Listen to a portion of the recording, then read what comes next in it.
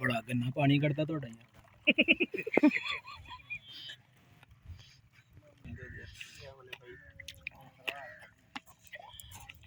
मरूदा तो मारी नहीं लगेगी। नहीं ठीक है।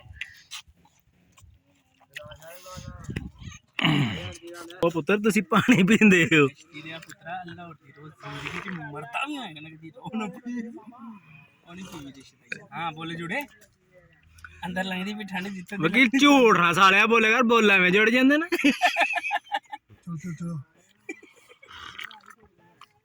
चल बोल बोल कट गया आया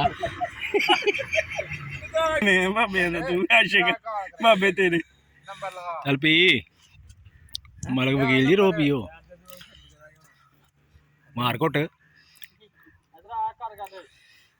कैसी है नहीं पता।